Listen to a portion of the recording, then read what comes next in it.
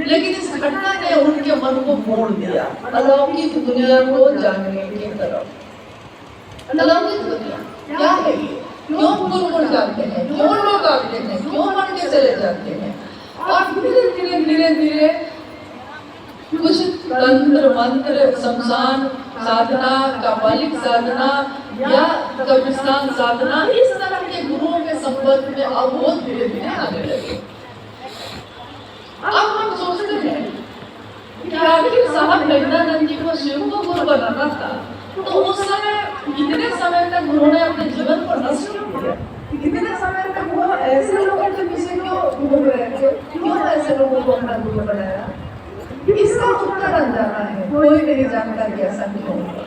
लेकिन आत्म गया होगा, क्योंकि हर व्यक्ति उस शिव की ऊर्जा का संचालन, यानी वो ऊर्जा जो उतरेगी जिस मानव शरीर में, उस मानव शरीर को उस ऊर्जा को धारित करने के योग्य भी तो होना चाहिए।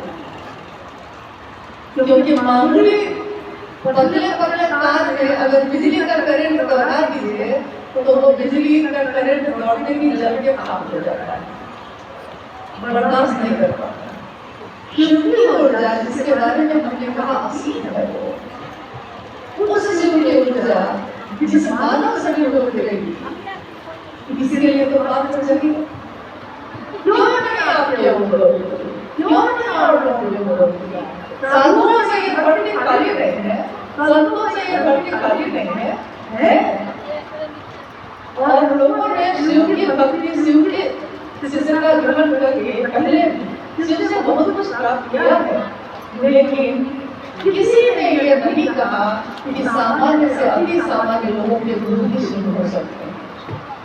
शिव की भक्ति पाई, शिव की शिष्यता पाई, शिव से वरदान प्राप्त किया, लेकिन शिव के लिए शिव को नहीं चाहा। हम बात कर रहे हैं साहब गजानंद जी की, कहते हैं और उन्होंने भी हमेशा ये कहा कि विचार है, विचार शिव मेरे गुरु है, सोच है, ये एक दिन हमारे दिमाग में, हमारे मस्तिष्क में पैदा होता है किसी के कहने से। जो बात दिमाग में पैदा हुई है वो एक दिन दिल में प्रवेश करती है, यानी हृदय में आती है। बात पैदा हुई थी दिमाग में, आई है हृदय में, और जो हृदय में आई है तो भाव बन गया। भाव गहरे होते हैं, भाई का भाई से भाव, पति का पत्नी से भाव, दोस्त का दोस्त से, दुश्मन का दुश्मन से, भाव जितने गहरे होते हैं रिश्ता अब उतना ही गहरा होता है, लेकिन भाव भी होते हैं। तो उन्होंने कहा कि भाव के जब गहरे होंगे तो प्रेम होगा, और प्रेम जब पैदा हो जाता है तो प्रेम का लक्षण होता है कि वो पैदा होता है दो सत्ताओं में, लेकिन रहता नहीं है दो सत्ताओं में, तो एक कर देता है। दो सत्ता में पैदा हुआ लेकिन करेगा एक। प्रेम का चरमोत्कर्ष होता है भक्ति। प्रेम लेना जानता है, लेता नहीं है।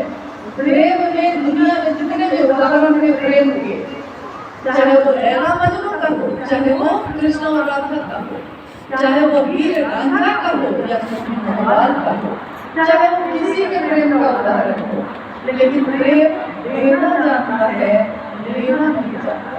यानी जो तुमको हो पसंद वही बात है। तुम दिन को अगर रात को हो तो रात कहेंगे, जो तुमको हो पसंद वही बात। तो प्रेम का लक्षण ये होता है। अब प्रेम में दुनिया एक तरफ हो जाती है, जाति से निकाल दिए जाते हैं, समाज से निकाल दिए जाते हैं, लेकिन अगर किसी लड़की से भी प्रेम हो गया है तो पूरी दुनिया एक तरफ हो जाती है, और वो व्यक्ति उसको नहीं छोड़ता जिसको वो प्रेम करता है। ये प्रेम का लक्षण है। लेकिन प्रेमियों में भी कुछ माना है। प्रेम का चरमोत्कर्ष कहा गया भक्ति है। भक्त होना आसान नहीं है, बहुत कठिन, बहुत दूर।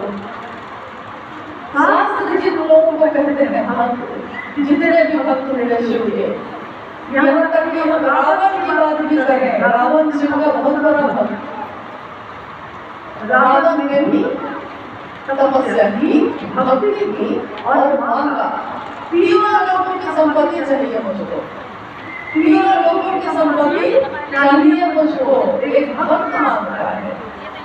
कहते हैं प्रेम देना जानता है, तो प्रेम का जन्मोत्सव से जब भक्ति होगी तो वो मांगेगा कि देगा, क्या करेगा? लेकिन अर्जुन तो बता रहे हैं कि वो मांग रहा है, शिव से मांग रहा है, शिव के शिष्य हुए, शिव से उन्होंने प्राप्त किया, दुनिया के द्वारा पूजित हुए, लेकिन उन्होंने भी शिव का नाम नहीं लिया। ये नहीं कहा कि हर व्यक्ति के गुरु शिव हो सकते हैं या हर व्यक्ति के नजदीक में हो सकते हैं शिव, या हर व्यक्ति परमात्मा भक्ता को भी हो सकता है, ये किसी ने नहीं कहा। यानी कितनी बार आप क्या सोचते हैं ये तो मुझको नहीं पता, कितनी बार मैंने अपने मन में इस बात का मंथन किया है कि विचार गहरे होते हैं तो भाव बनते हैं, भाव गहरे होते हैं तो प्रेम बनते हैं, और प्रेम गहरा होता है तो भक्ति, तो भक्ति गहरी होती है तो क्या होता है? क्योंकि जब हर चीज गहरी होती है तो उसका दूसरा रूप सामने आता है।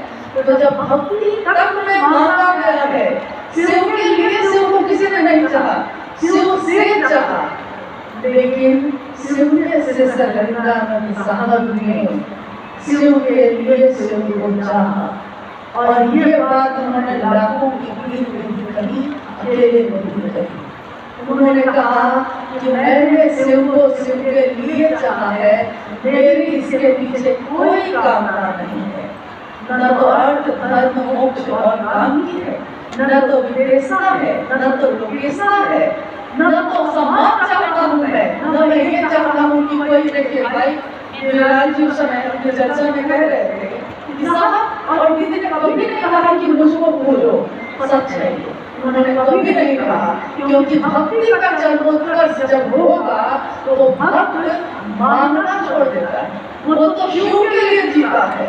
उन्होंने कभी नहीं कहा कि मुझसे मिलो, उन्होंने कभी नहीं कहा कि मुझको भूलो, उन्होंने कभी नहीं कहा, लेकिन ये उनका वक्तव्य है कि उन्होंने कभी नहीं कहा।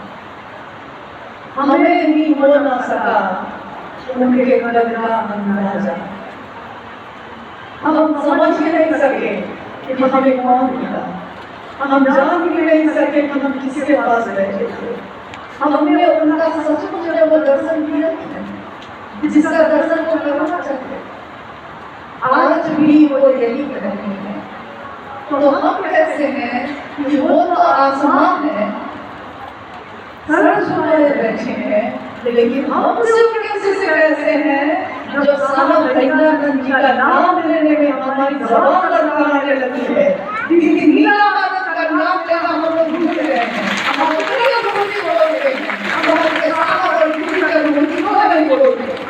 उन्होंने जिस शिव को दिखाया उस शिव की बात क्यों नहीं करते? उन्होंने जिस शिव को इतना अपना बनाया, इतना निकट किया, हम उसकी बात क्यों नहीं करते?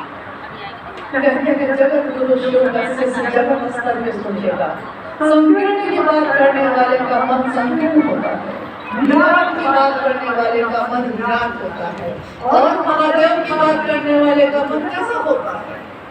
महादेव की बात करने वाले का मन महादेव जैसा ही होता है, जो सबके लिए सोचता है, सबका भला सोचता है। जैसा शिव से हमारे बड़े गुरु भ्राता ने सोचा, उनसे ज्यादा हमारा सुख, उनसे ज्यादा हमारा कल्याण किसने सोचा? किसी ने थोड़ी सी मदद की, लेकिन किसी ने हाथों पर इतना नहीं बढ़ाया कि आज हम पॉकेट में कुछ नहीं है, फकीर है अगर हम, लेकिन मिजाज तो अमीरी का है, फकीरी में भी अमीरी का मिजाज लाए हैं। ये किसने दिया? कहते हैं कि शिव को गुरु बना के हमने क्या पाया? हमने पाया कि हम दुनिया की जो चीजें हैं अब हमारे लिए किसी काम की नहीं। गुरु भोग और मोक्ष देते हैं, अभिन्न रूप से देते हैं। शिव गुरु जो चाहता है उनका शिष्य उसको वो देते हैं, और इसके प्रमाण है, इसकी अनुभूतियां हैं, लोगों को प्राप्त हुई है, लोगों ने प्राप्त किया है। जितने भी लोग आए, किसी ने ये कहा कि जब मैंने शिव को अपना माना तो मेरा इस लौकिक जीवन में और मेरे पारलौकिक जीवन में परिमार्जन नहीं हुआ, किसका नहीं हुआ। साहब ने हमेशा कहा कि अरे महादेव के लिए इतना तो करो। महादेव ने जब से तुमने महादेव के लिए इतना ही तक कहा है कि शिव तुम मेरे हो, अच्छा पहनने लगे, अच्छा खाने लगे, अच्छा जीवन जीने लगे।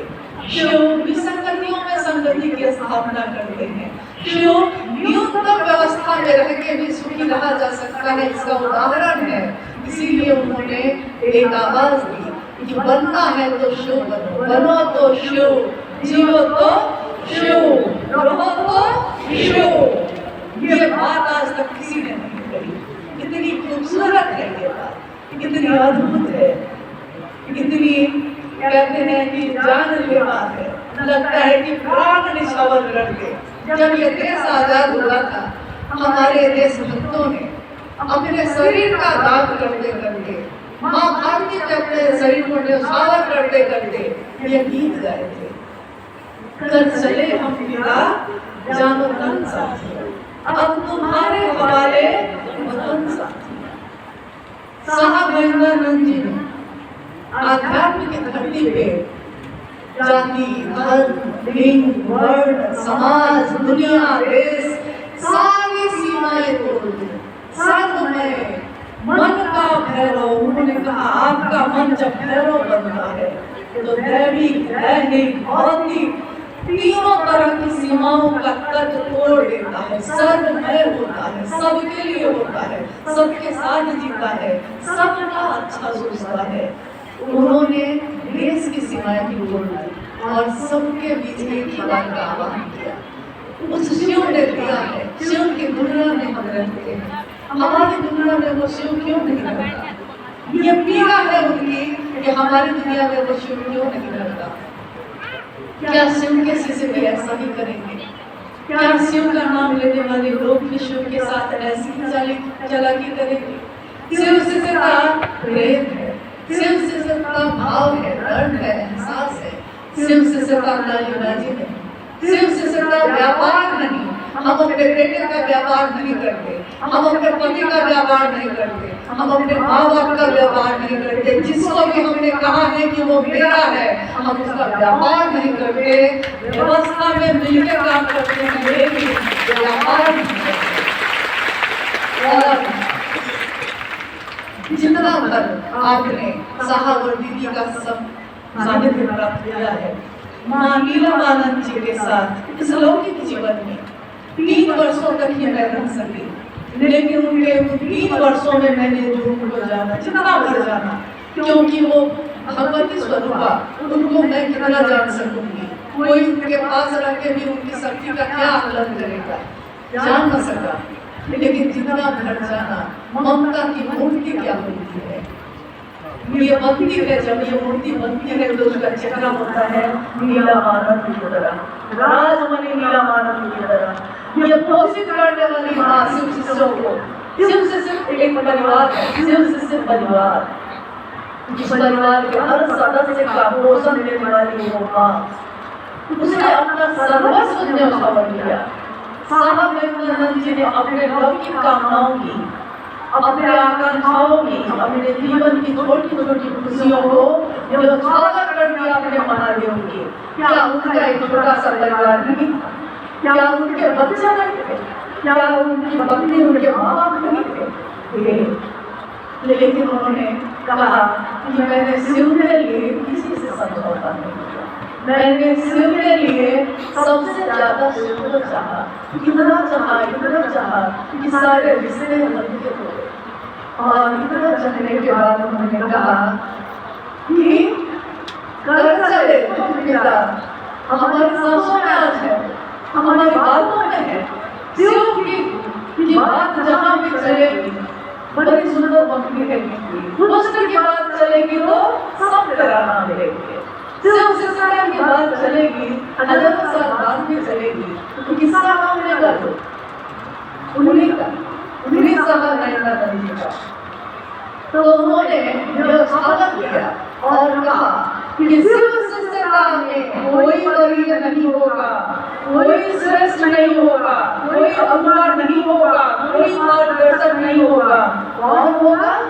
एकमात्र हमारे गुरु शिव है, जो अगुआ भी होंगे, गुरु भी है, ईश्वर भी है, मार्गदर्शक भी है, सब कुछ है। सब कुछ वो शिव स्वयं है। ज्ञान रहने के कारण वो शंकर है। संभवे गुरुवे नमः। इन सारे पंक्तियों से ये दुनिया पढ़ती थी, लेकिन हमारे दिलों में नहीं लगा। तो भक्ति का चरमोत्कर्ष यानी सब कुछ जो सागर करने के लिए शिव को जानना, उसका नाम जिस दिन इतिहास में आएगा तो वो नाम आएगा कि अगर भक्ति भी गहरी होती है तो क्या बनती है, तो शिव से संबंधित बनती है। उसी का दर्शन किया।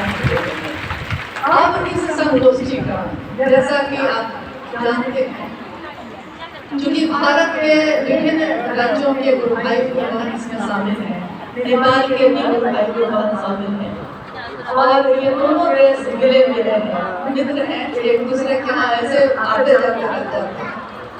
तो मिलकर ही हमने हमेशा महादेव का काम जगह स्तर किया है। दोनों देशों के रहने वाले लोग भारत के अलावा, नेपाल के अलावा विश्व के अनेक देशों में रहते हैं, और सबके द्वारा महादेव का काम लगातार चल रहा है, हो रहा है।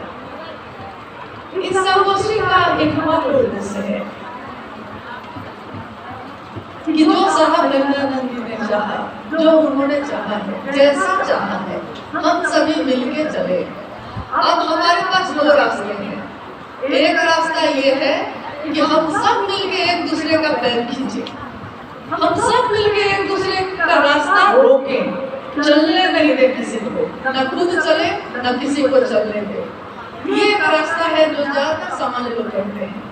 और दूसरा रास्ता है कि हम सब मिलकर एक दूसरे की इतनी मदद करें कि चाहे जो आगे बढ़ते चले उसकी मदद कर दे, ताकि वो और आगे चले और आगे चले और आगे चले, और जगत के दिल में गूंजे, सचमुच में, यथार्थ में, बोली में, भाषण में, सचमुच में हो। अब आप लोगों से पूछना है क्या करना है। जीवन एक ही मिला है, आगे पता नहीं क्या होगा। इस बार प्रिय मैं हूँ तुम हो, उस बार न जाने क्या होगा। तो इस बार प्रिय जो मैं हूँ और तुम हो, और इस बार जो भगवान शिव की शिष्यता मिली है, इस बार जो हमने साहब और दीदी का दर्शन किया है, ये दुनिया तो बड़ी खूबसूरत है, उधर का नहीं मालूम कैसा होगा। तो इस दुनिया में हम सब मिलकर क्या करेंगे, क्योंकि ये बहुत बड़ा मुद्दा है। आज सब मिलकर क्या करने वाले हैं, हम सबका संकल्प क्या होगा। ऋग्वेद पहला वेद है धरती का। ऋग्वेद की अंतिम ऋचा ये कहती है, हमारी सभा एक हो, हमारे हृदय में जो भाव संचालित होते हैं वो एक हो, हमारी सोच एक हो, हमारी बोली एक हो।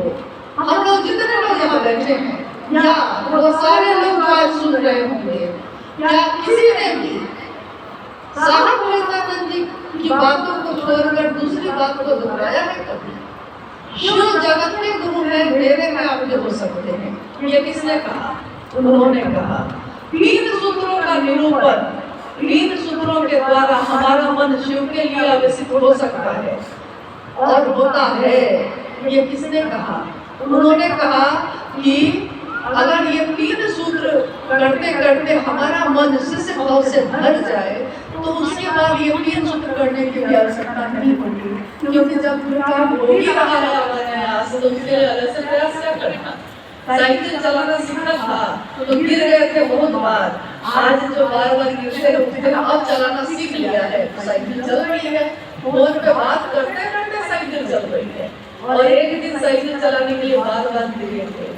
तो आज नमः शिवाय करते हैं तो मन भटक जाता है, दया मांगते हैं मन भटक जाता है, शिव चर्चा करना चाहते हैं समय नहीं मिल पाता, बातचीत नहीं हो पाती, माहौल नहीं बन पाता, ऐसी समस्या अगर ये तीनों सूत्र नहीं होते तो हम लोग शिष्य क्या करते? साहब प्रेमानंद जी के जीवन में तीन सूत्र नहीं थे। उन्होंने क्या किया था? उन्होंने सिद्धेश्वर मंदिर से में उस शिव से दया की याचना ही की थी। तीन सूत्र उनके जीवन में नहीं थे, लेकिन उन्होंने शिव से दया मांगी थी। बूढ़ा इज्जत रखी था और शिव ने उनकी इज्जत रखी। साहब ने शर्त बनाई, जैसे आप लिखते हैं जो तस्वीरों में है या आदमी के वेश में आएंगे नहीं सीखूंगा, अब जो आप बताएंगे वही सीखूंगा। इन तीन सूत्रों को छोड़ के, ये तीन शर्तों को छोड़ के नमः शिवाय साफ भी उनके सांसों में उतर गया। किसके सांस में उतरा ये शिव का प्राण? आपकी जिज्ञासा है मेरी तरफ से कि किसकी सांसों में मुजफ्फरपुर के मुर्गी में उस आम के पेड़ के नीचे संध्या की बेला में बैठे, किसकी सांसों में नमक हवा के साथ आया और सिरा उतर गया? ये किसके साथ हुआ था? यानी शिव का प्राण मंत्र जिसके सांसों पे उतर के चढ़ा है और उतरा है, वो सामान्य व्यक्ति तो नहीं होगा, सामान्य ऊर्जा वाला व्यक्ति तो वो नहीं होगा। जो शरीर से समझते हैं हम, वो ऊर्जा तो उसमें नहीं होगी। और जिसकी बात पे करोड़ों लोग एक हो जाते हैं, उस व्यक्ति को साधारण समझने की भूल तो हम लोग नहीं कर सकते। कर सकते हैं? हम भी प्रसाद चढ़ाते हैं।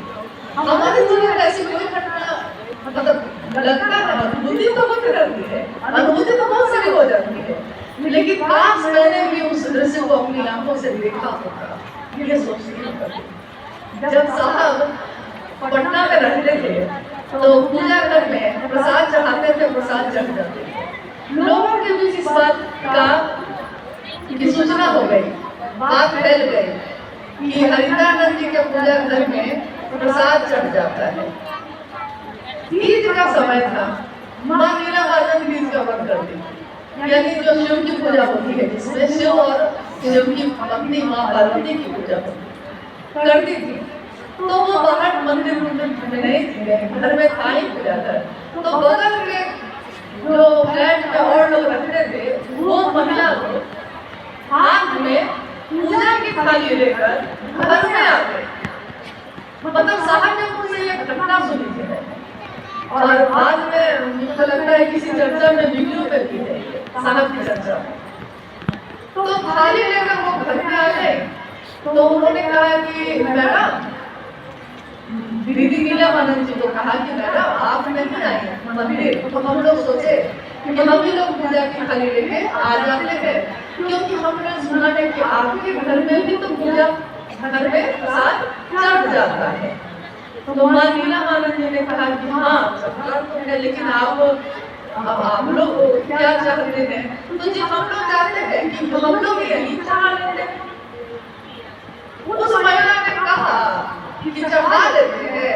माँ नीलामाधव ने कहा कि सामने पूजा करने जाइए। वो थाली लेकर पूजा घर के तरफ बढ़ी और जैसे जैसे थाली लेकर वो बढ़ रही है, उसमें से प्रसाद जो है वो अब गायब होते जा रहे हैं। प्रसाद उसमें से इतना दूर दिखता है, फिर गायब हो जा रहा है। पूजा घर चार तरफ में इतना उतनी ही देर में थालियों से प्रसाद गायब हो गए। वो लोग घबरा गए। तो घबरा गए तो उन्होंने कहा कि ये तो सारा प्रसाद चढ़ गया महादेव के पास, अब हम लोग लड़ने लगे क्या देंगे? तो माँ ने कहा कि आपने जिस भाव से कहा कि महादेव को चढ़ाने जाते हैं, उस भाव से मैंने भी कह दिया कि ठीक है जाइए चढ़ा दीजिए। तो महादेव की सत्ता ने ग्रहण कर लिया। अब हम लोगों ने जब ये सुना था इतना हंसे हम लोग। उन्होंने कहा साहब से कि बताइए, अगर हम लोग को ये पता चल जाए कि महादेव प्रसाद आ जाएंगे तो हम में से कितने लोग अच्छी अच्छी मिठाई खरीदेंगे? क्योंकि अच्छी मिठाई हम ये चुन के लेते हैं कि पति को कौन वाला पसंद है, पत्नी को कौन वाला पसंद है, बच्चा को चाहते हैं महादेव को, लेकिन पसंद अपनी रखें ताकि चाहने के बाद खाएंगे हम खुद। तो साहब ने कहा कि अरे एक घटना और हो गई। एक व्यक्ति थे, शायद घर में आए, उन्होंने कहा कि नंद जी, सुनते हैं आपके पूजा घर में जो चाहते हैं चढ़ जाता है, तो मैंने आज एक रेमंड की बहुत सुंदर चादर खरीदी, तो मैंने सोचा कि महादेव को चढ़ा के फिर हम इसका प्रयोग कर लेंगे, हम इसका यूज कर लेंगे। साहब ने कहा जहाँ छोटी सी एक खिड़की थी पूजा घर में, जैसे ही वो चादर ऐसे लेके बढ़े, खिड़की से हवा के झोंके के साथ चादर उड़ी और ये ले वो ले हवा में जाकर उड़ गई। अब वो तो एकदम निपट गए। उन्होंने कहा कि कोई तंत्र मंत्र लगता है आपने कर रखा है, कि मैं तो सोचा ये क्या हो गया, माथा पकड़ के बैठ गए।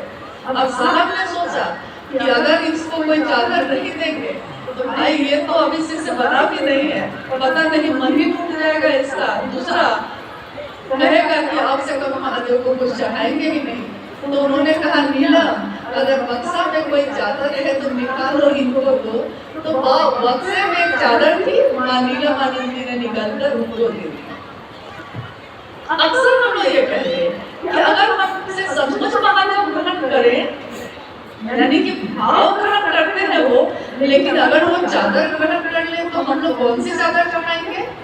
सबसे सस्ता वाला, क्योंकि पूजा में ऐसा ही होता है। भाव में भी कभी कभी हम लोग ऐसा ही कर देते हैं।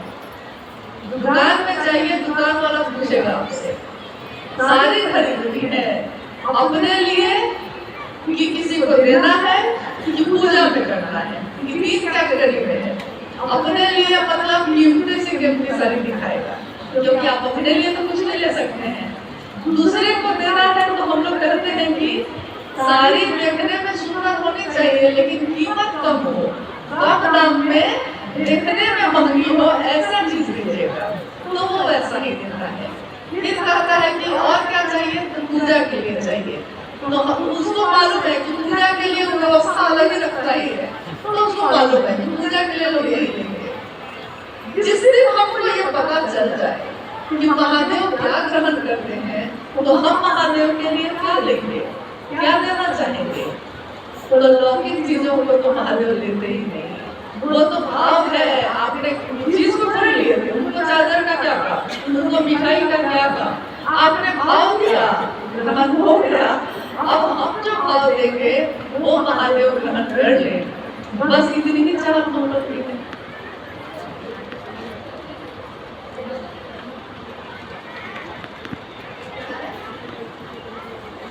समय का अभाव है और बहुत लोगों की ट्रेन भी है, जैसा पता चला है उन लोगों को। समय का भी अभाव है और जिज्ञासाएं तो हमेशा होती हैं। बिना जिज्ञासा के भी कुछ संगोष्ठी, कुछ कार्यक्रम होने चाहिए। जब प्रेम हो जाता है तो व्यक्ति मौन हो जाता है। यानी शास्त्रों ने कहा है कि एक वृक्ष के नीचे युवा गुरु बैठे हैं, उनके चारों तरफ वृद्ध शिष्य बैठे हैं। गुरु भी मौन है और शिष्य भी मौन है, लेकिन गुरु के मौन होने से शिष्य के मन का संशय विनष्ट हो रहा है। तो आज जो है हम सभी शिष्यों के मन का संशय विनष्ट हो जाए, यही अपने गुरु शिव से कामना है। आशीर्वाद मांगते हूँ अपने साहब से और मानीना आनंद से कि शिव से एक ऐसा प्रतिमान इस जगत में रखते हुए गढ़े कि चले हिमालय के शिखरों पर। हिमालय के शिखर में सुनाने की शिव रखते हैं। कैलाश कहाँ है? जहाँ महादेव रहते हैं। महादेव कहाँ है? जहाँ कैलाश है। तो चढ़े हिमालय के शिखरों पे अब भी ऊपर चढ़ना है। हमें हिमालय के शिखरों पे नया हिमालय चढ़ना है। साहब विवेकानंद जी और नीलमानंद जी के प्रति सच्ची कृतज्ञता हम शिव शिष्यों की यही होगी कि उनकी बात पे सभी शिव के शिष्य एक हो। मैं आह्वान में शिव शिष्य विवेकानंद साहब का मेरी बात पे भरोसा करना और महादेव के काम में एक दूसरे का साथ देना। आप सबका बहुत आभार है, बहुत कृतज्ञ मनोज करते हैं और खासकर दिल्ली के गुरु भाई गुरु बहनों का जिन्होंने इस आयोजन के लिए दिन रात एक कर दिया है। महादेव और मेरे गुरु मेरे साहब और दीदी उनके मन की हर वो मनोकामना पूरी करे जो उन्हें सोचा हो, इसी की कामना है। आप सभी के चरणों में